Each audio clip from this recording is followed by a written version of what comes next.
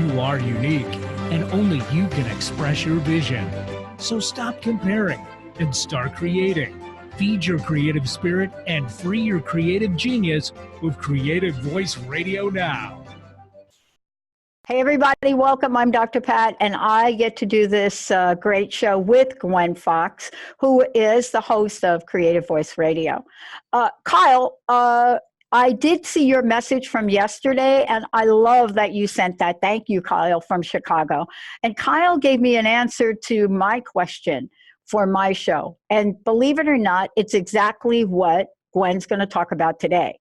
So the opposite of what would you do if you knew you could not fail is what would you do if you knew you could succeed? That's from Kyle. Thank you for that. Today, believe it or not, that's exactly what Gwen's going to be talking about. We didn't even plan it that way. We're going to be talking about discovering your superpower, you know, what it takes to succeed. So what would you do if you knew you could succeed?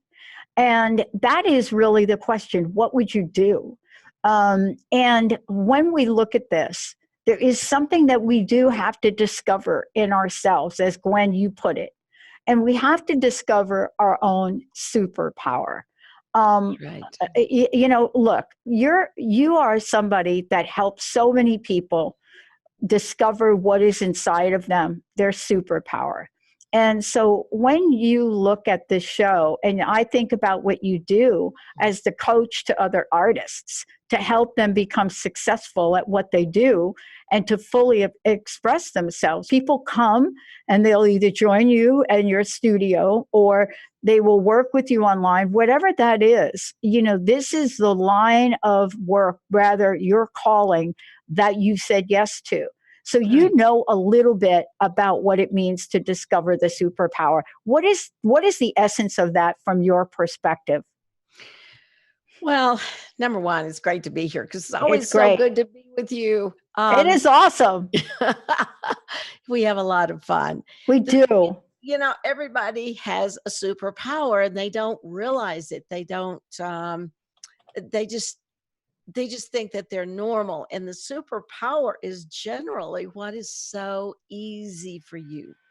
Because let's take you, Pat, for an example. I mean, you come on, you talk, you interview, you do lots of different subjects, and you do it with grace and ease and intelligence. Thank you. But it's always so, is it easy for you? I mean, because what you do would not be easy for me. You know, I told this story a long time ago, and I mention it every once in a while about dialing a wrong phone number 15 years ago.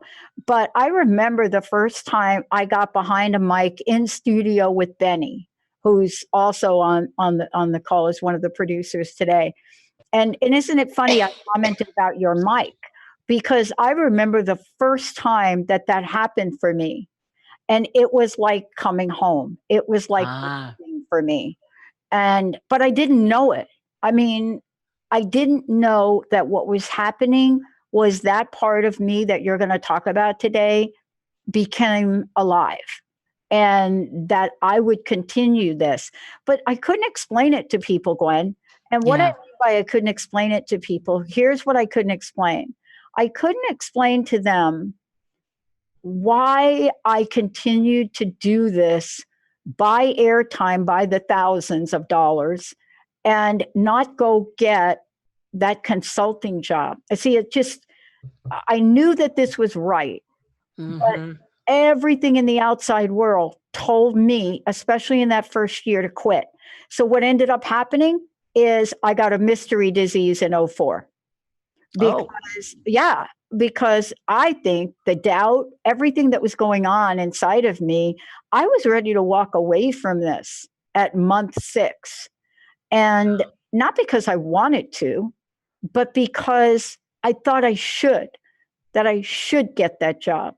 And guess what? I got so sick, I couldn't do anything but this. And this enlivened me.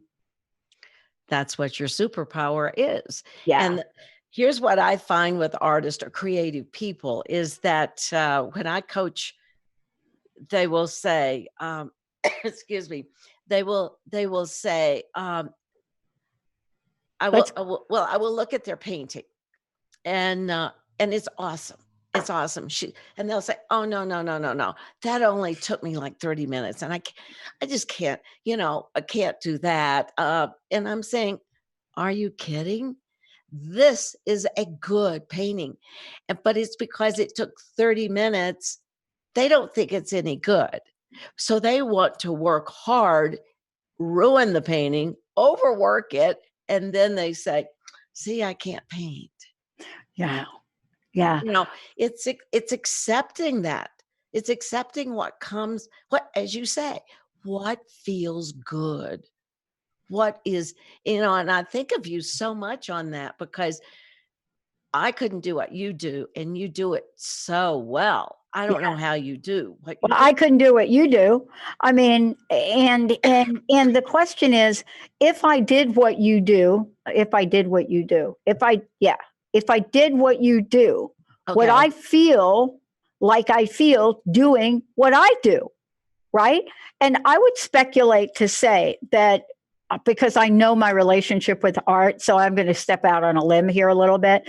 I would say that I would have a feeling of joy doing it, but not quite the same as this, right? Oh, I think you're right. Yeah. And I wouldn't enjoy doing what you're doing Yeah. because I wouldn't be as good as you. Yeah. No, I believe me. I mean, but each of us has that thing inside of us that That's gets right. activated, That's right. and then we show up in this way. Yes, and then we realize, oh my gosh, this may be something I'm really good at. I mean, another word would be your innate ability, your unique ability, because my unique ability is bringing out the best of artists to tell them and convince them and allow them to be who they really came to be, Yeah. and Yeah. uh, and to believe in themselves because they don't believe. Yeah. Yeah. Yeah. And don't you think that there's another twist to what you do with folks? And that is you don't just work with them on their art, but you work with them on success in I the do. artist industry in this Exactly. field. And that's different. You know, there's like many of us have gone to school and we've had teachers that teach us about art.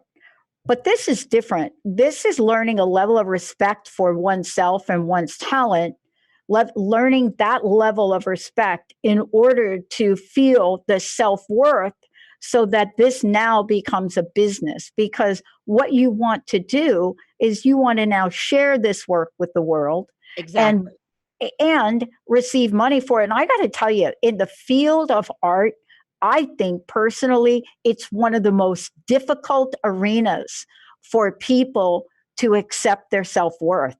And we've Yeah. talked about this in previous Yeah. shows, but Right. you actually know how to teach people that.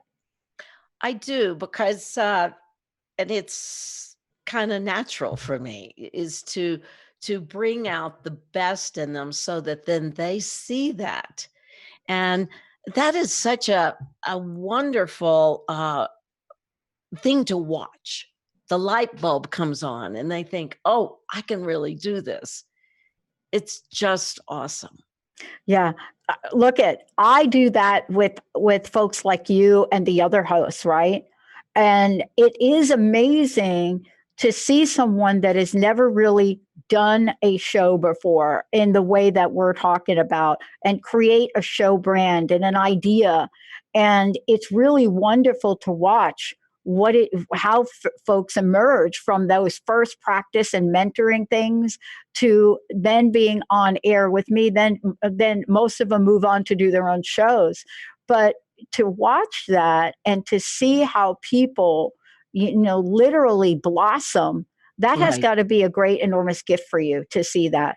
Well, it is. And you see, here's the thing, and maybe this is true for everybody, but uh number one, it's very difficult to put your work out for others to judge. As I say, it's Oh, like you're stepping out on stage without any clothes on. oh, They're judging you. And so you go to you have your paintings out there, and people come by and they say, oh, I love this is great, blah blah blah. And then Mrs. Perfect comes along and she says, my granddaughter could do that. Oh my God. Now you've had 500 people tell you how great it is, and you have one person say that. Guess what you believe? Guess what? You go home and you wake up at night and Yeah. you think, maybe she's right. No, that is exactly what you do. And it's not just done in that industry, but I would venture to say that anybody that is out there where there can be multiple opinions about your gift or talent runs the risk of that. And in the field that you're in and the folks you work with are in, I think that this is one of those areas where there are so many opinions about it, right? Yes. And so many different perspectives. I want to talk with you when we come back. How do you help people? Because we've talked about this before, but I want to do like a reminder. In order to be successful, one has to have a feeling of self worth and contribution that is personal to each one of us differently. Yes. And if we compromise on that, then we start to compromise on our calling. And I want to talk with you about that and the key that that makes to success when we come back. Okay. That sounds awesome. Yeah, let's take a short break, everyone. Do you ever wonder why you might waver for even a nanosecond, right? That you may be thinking, is it really worth talking about? Is it really worth showing somebody? Is it really, really question mark, question mark, question mark? It's called doubt. We'll us in and turn us on. This is Creative Voice Radio with Gwen Fox and me, Dr. Pat. This is Discovering Your Creative Genius Within. For those of you out there, look, if you want to join in the conversation, you have a question or comment for Gwen, 1-800-930-2819. 1-800-930-2819. Look, you can also go to Transformation Talk Radio and then pop over there like Kyle did. And ask your question. We want to make sure that we get the answers for you. Gwen, what's the best way for people to find out more about your work, what you're doing, or how to claim their visual voice? They can go to my website, which is gwenfox.com. That's spelled GWENFOX.com. I love it. All right. So having talked about this and really looking at these ideas of bringing our gifts forward, part of the thing is combining our talent with success, right? It's like 1, 2, right? I got this talent, got success. It took me a really long time to figure out whether I could make this a successful business, because for the first 3 years, I kept paying for airtime, and no one told me that there was another way to do this.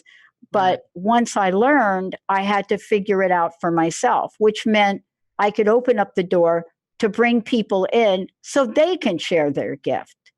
And that's the way I wanted to do it. I didn't want to do it a different way, right?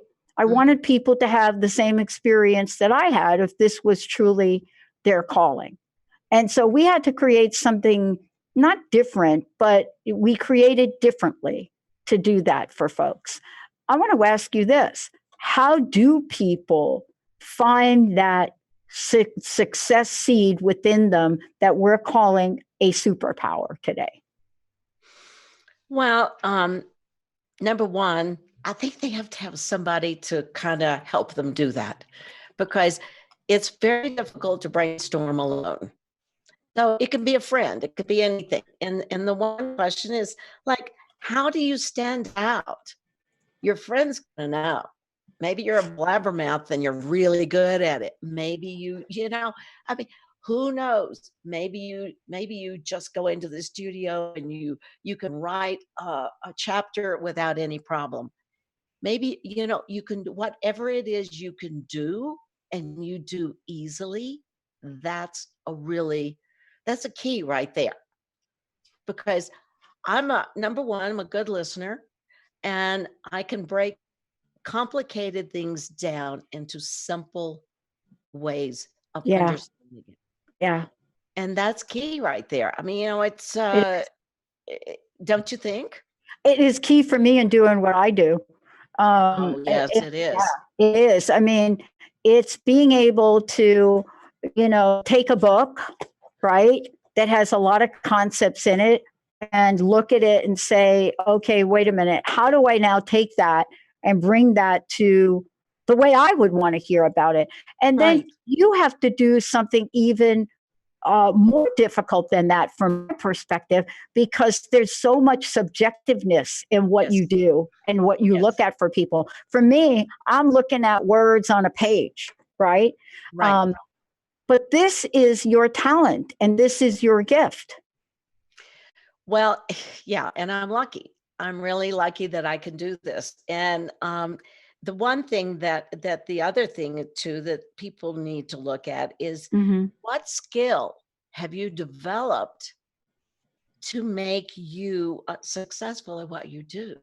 I mean, like, is it knowing how to talk about something? Is it what is that?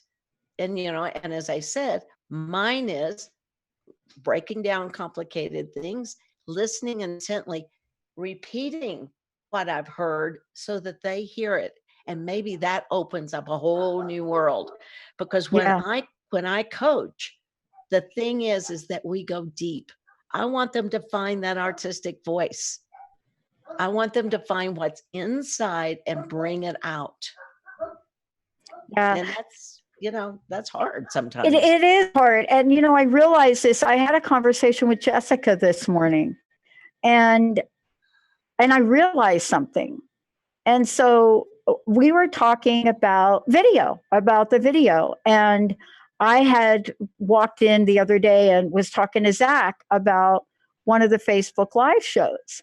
And and I had a perspective on it, right? I had a view of how I thought that video should look. Right. Then Jessica looked at it and she says, I'm not seeing what you're seeing. It looks fine to me. And what I realized is that I do have a different perspective. And I said this to Jessica this morning. And here's why, Gwen. This is something I don't talk about enough. I managed corporate graphics in the phone company. I managed a group of people. I was their director for AT&T, these people that created any and every kind of art. And Wow. I don't even talk about this because I had to figure out what is it that I'm looking at and how do I explain this to people? But I got schooled by some of the best artists you would ever meet. And I didn't get schooled in a really fun way. I'm telling you. Now, look, this is why we're talking about this. I wanted to share this story because this is what you do. This is how you work with people. So Right. I come in there with my corporate business side because I was told to put this department out of business and I couldn't do it. I sat down with these talented people, and yes, I had to make some tough business decisions and pull people out of there that were not contributing. But I remember sitting around a table and I said, look, we've been chartered to create the first recycling in Jersey campaign in the state of Jersey. Because if anybody was going to take a lead on it, it had to be AT&T. You know that, Right. right? Right. Yeah, Yes. yeah. Like here, if something like that were going to be done, it's either going to be done by Boeing or by the paper company Right. or by Microsoft. They're going to have take lead. So I sat down with these people, right? And I'm new, and I said we got to create something very creative here. And so Nina is drawing during the entire staff meeting. Of course. She's drawing, and I'm watching her, and I said, okay, is that the campaign? And she held up a picture. And it was a picture, a beautiful sketch of a bull doing you know what. Because in her mind, everything I was saying was BS. That was my first lesson about artists. And then what I did is I said, wow, I'm telling you, I just looked at this and said, you're talented. And I said, Nina, I want you to take this campaign and let's create something so out of the box about recycling that every engineer here in Bell Labs, any of these places will do. And she taught me how to appreciate something. And we created the Purple Paper Eater campaign. Oh, that is way cool. And she became that character, literally. And that campaign was taken across the United States. But the reason I'm sharing this, Gwen, is because there's a part of being a successful artist that 9 times out of 10, my experience is they haven't had the nurturing, they haven't had the support. That's they right. haven't had what you provide. And we haven't even talked about that in terms of what you do.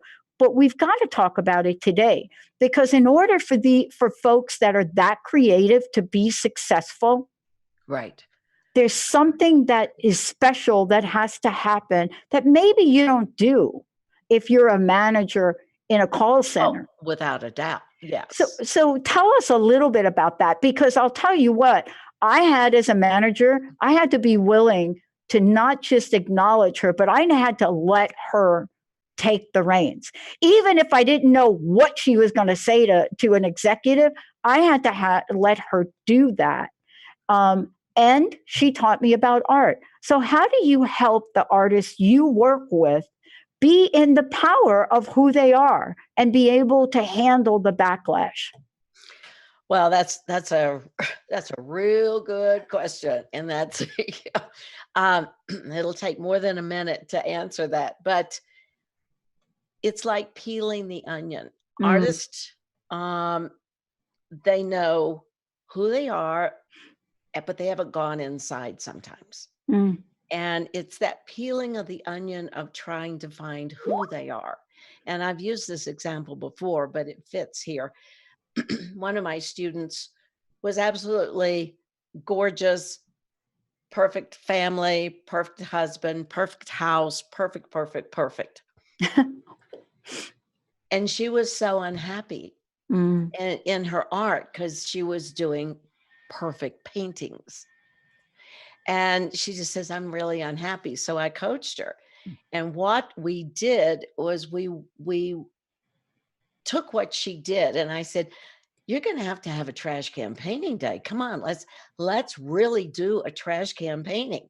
Go in, you don't care what, but just do it. And so I said, you got to do it for like a week. So she did that. What is a trash can painting day? Tell folks. Okay. Trash can painting day is when you go in, you're not thinking about doing a good painting. You're not thinking about anything. You pull out that canvas or that paper and you do whatever it is you want, because you know it's not going to be perfect. Well, now what usually happens is you do really good work because you're not judging. You know you're going to throw it away, and what they usually do is they don't throw it away because it ends up being good. But she started doing these fabulous, unattractive women's faces that may have had something over their mouth. It was different. It wasn't, they were powerful. When I say unattractive, I don't mean they were unattractive. That was the wrong word. It's that they were powerful. They just weren't pretty. Like avant-garde, like powerful, maybe something that is conceptual and personal to her, but relatable to the rest of the world. I mean, part of their face was gone in color and so forth, but it was so strong that it scared her because this had come out. And all of a sudden she started smiling. And I said, I want more of these. Just do more of these. We're going to go deeper. We're going to go deeper. And when she'd give the excuse of, oh, well, I think this is it. I said, no. We've only just touched the surface. We're going to go deeper. So we went deeper and deeper and deeper. And she did this show I said, you've got to do a show of these. They're fantastic. Well, you know what the friends and the family, and not family, but the community looked for: perfect paintings. That's right. And they walked into this show and they were blown away because of the power of these paintings. They touched people. She had put herself in there. She had brought out from herself something that she didn't know existed, but now it's loose and it's wonderful. And now she can do this. And she smiles a lot. Yeah. She smiles a lot. Yeah. And now people know that she's not this, it's the mask that she used to wear. And so we peel that off. Yeah. And now she can easily show herself. Yeah. Boy, I mean, what we're talking about here is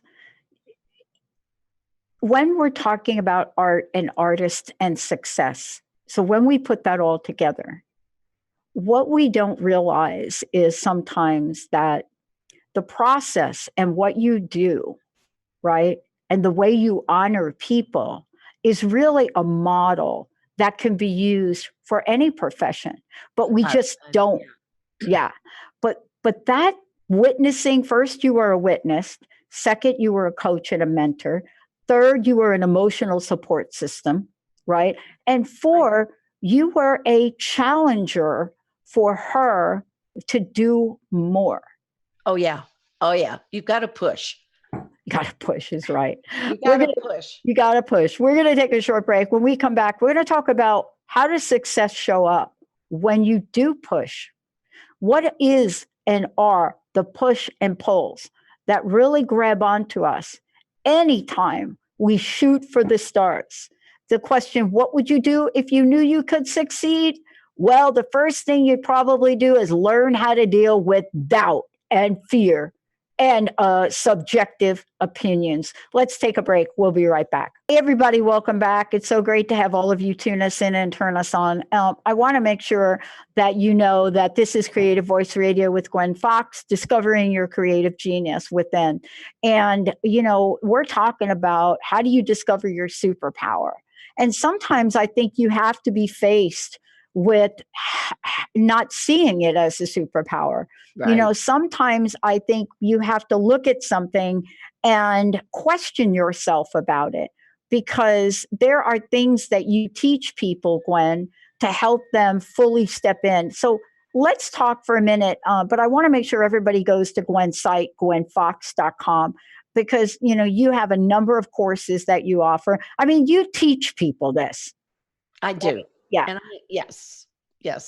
And they can find out that information on your site, right? They can, and they can contact me if they need more information. All right. Let me hear from your perspective what the 4 things are that it takes to succeed. Well, they may be a little different than normal things, but number 1, realize your potential. And that's the first thing I do, is that we find the potential, we find that superpower. And so in order then to take that superpower, we have to take action. And action is scary. And they always use that word, how. How do I do that? And the how stops them. We do the action. And the action produces results. And guess what? When you've got results, you are going to believe that you really do have that superpower. And so then you go, it's kind of like a circle. You're going to go to find your potential, which is your superpower. You're going to do the action, and you're going to get results, and you're going to get a confirmation of that. What that does is it builds the confidence, and that's what the artist needs, and they don't have it. Yeah. They just don't have that. Yeah. And it's very difficult to grab confidence out of the air. You got to see it. You got to feel it. You've got to believe it. Yeah. So That's a big thing for artists. I think there's another element to it as well. You have to sometimes, at my experiences, you have to be able to borrow on somebody else's faith. And what I mean by that is having you there to mentor people, even with me managing the graphics group. Clearly, I knew very little about how to create art from their perspective, right? Right. Very little about it. Right. But I was there as an advocate and not as a destroyer. And Right. that was unusual for them. That's also the role you play. You're there as an advocate for folks as well. I tell them I have their back. That's it. I have their back. And if they get to a point where they think they're failing, I'm going to come in. They're not going to fail. Mhm. Not if they have me, because that's an impossibility, because I have done all the failing. I know exactly what roads not to take. So I'm not going to allow them to go down that. Yeah. And that's just who I am. I'm not going to allow them to fail. Yeah. I mean, but that is, for you and I, we know what the road to failure looks like. Yeah, I'm sorry. Because we've done it. We've done it. We've done it. So we're not just kind of talking about, oh, yeah, this is what we don't want you to do, or this is what we want you to do, or yeah, you should do that. Or no, I know what failure feels like, looks like, smells like, tastes like, and what it means to step fully in it. And I also know what it takes to get out of it really quickly. Yes. And I think when you're talking about art and you're talking about helping people in a realm where criticism might come after them time and time again, it requires the kind of mentorship that you're talking about. Yes. And, one of the stories that happened was that I was with two of my art friends, and I was just asking questions. I was the low person on the totem pole. They were very, very good. And I just mentioned that I would like to go with them to photograph what they were photographing and maybe try it myself. And there was this pregnant silence. And they said, no, you can't do that. We do that, but we are embarrassed to be seen with your work. Now, to have somebody say they're embarrassed to be seen with my work, let me tell you, Wow. that's a cut. Wow, that's like an owie. That's a real owie. And Yeah. so you learn to get over it, but you have to go through that period of that doubt. And I wish I'd had somebody there to say, you know what? Maybe you're not the best right now, but you're going to be. Yeah. And by the way, you will teach others. You will teach others. And this is for us looking at this. We mostly we hurt people inside. Yes. With that level of criticism. And we're not talking about honest, constructive feedback. That is not like what we're saying. That's not what we're saying. No, that's right.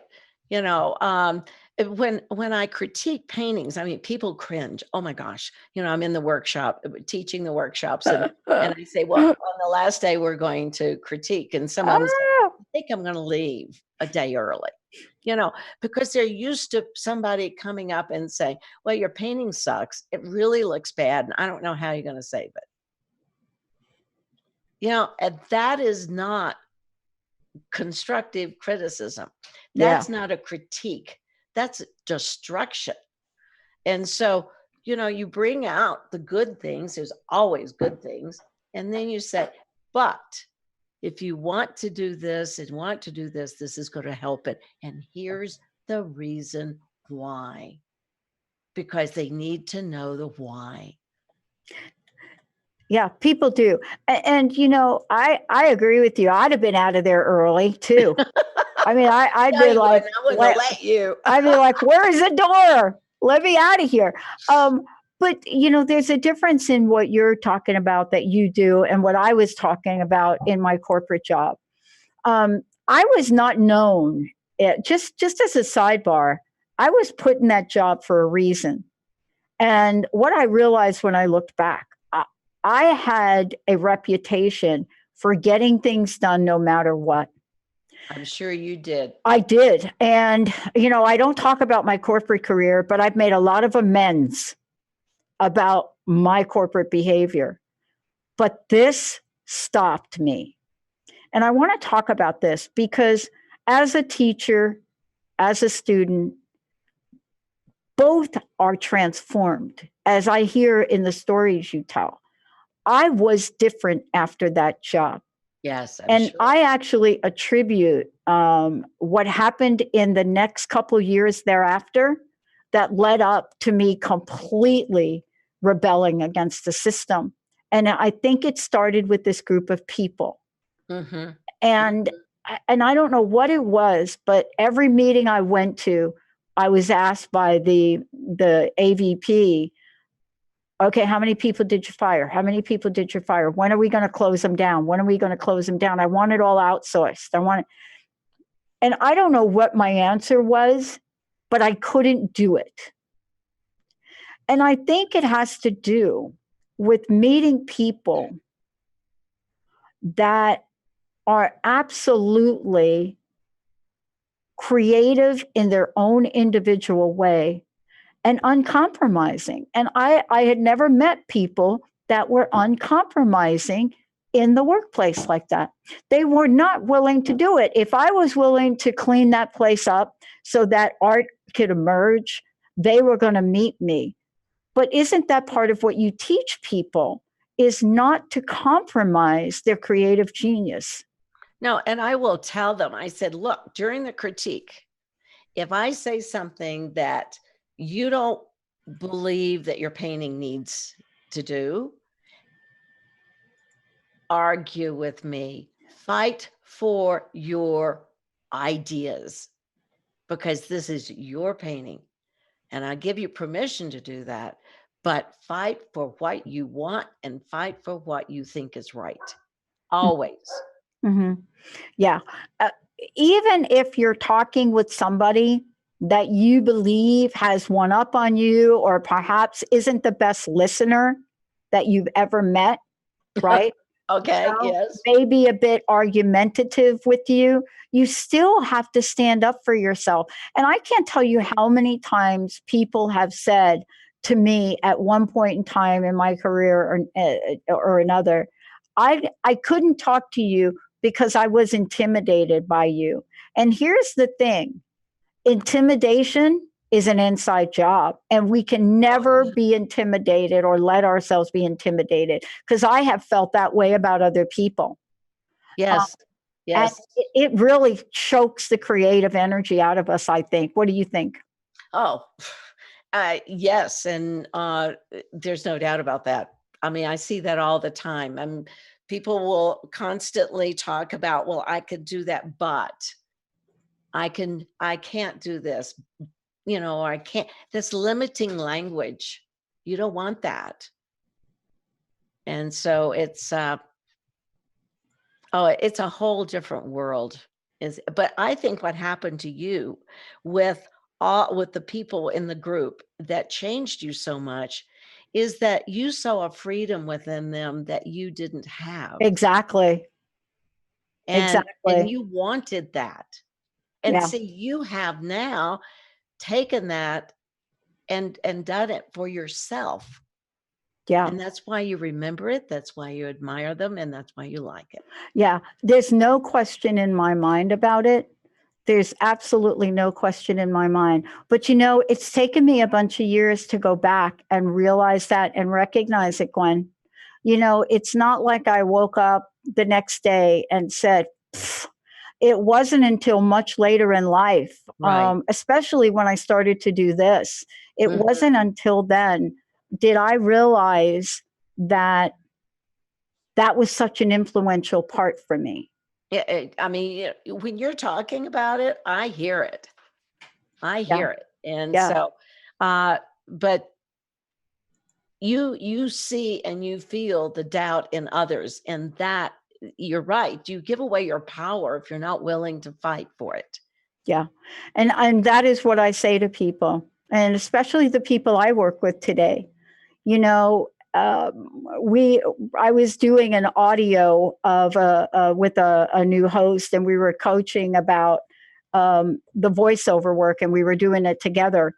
And the outtakes from that, by the way, are hilarious. Oh, I bet. They are. And both of us, we're not going to use the voiceover that we did, because while we were having so much fun for it, it's not really great for her brand, but it's the funnest. I hope she lets me play it as an example. I hope she lets me play it as an example of how we work together creatively. And, you know, what I love about the folks I work with is that they don't compromise who they are. They're not intimidated by me, and they fully open up to everybody on our team.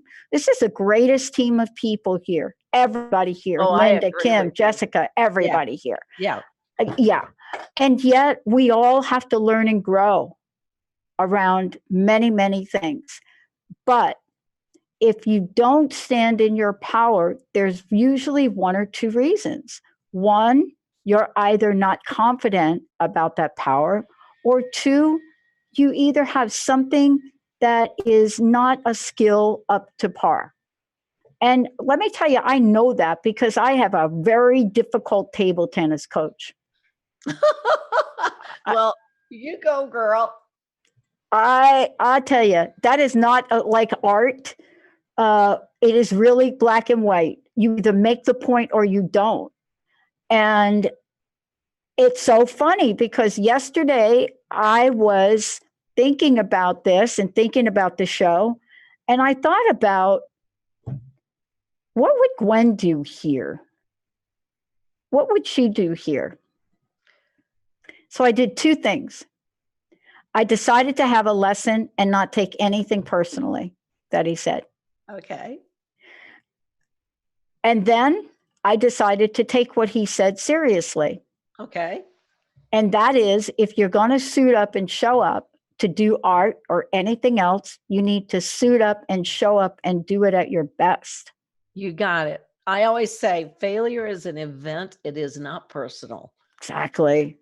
Yeah. I like that. Say that again. Failure is an event. It is not personal. You got it. You got it. And it isn't. And we take it personal. So what you did was perfect. Yeah. Yeah. And in the end, I still looked at every point that I didn't make or every point I did make. And I got to tell you, it was really funny because every point that I actually make, he said I was lucky and he laughed. And oh, really?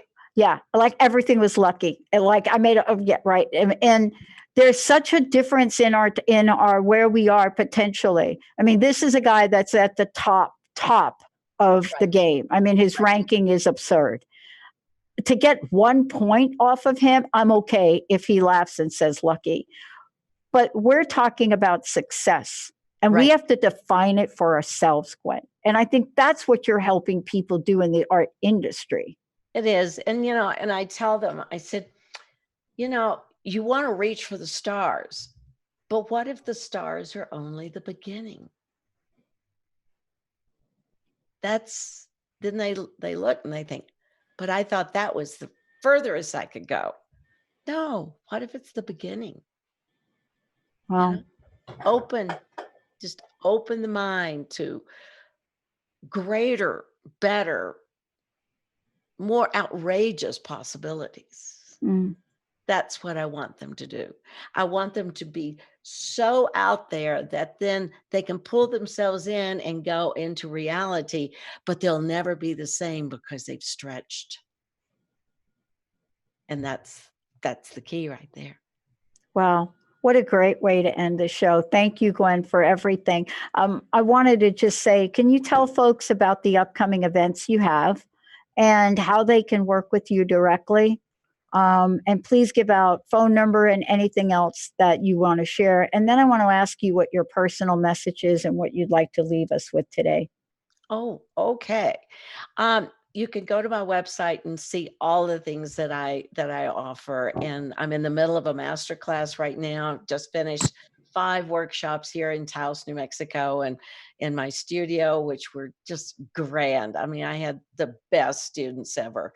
And but the master class will start again the first of the year, and just new things on the horizon that I haven't put in there yet that I'm really excited about. And that will be virtual with some in-house type things. But you can give me a call at 575 I would love to talk with you, or go to my website, fox.com. I love it. Gwen Fox, everyone. And we did talk about a lot today. Kyle, thank you for your question mark around I what hope we would you, answered it. yeah, no, we did in a lot of ways. And I think most importantly, Gwen, is that, when it comes to your innate superpower, imagine if we all compromised.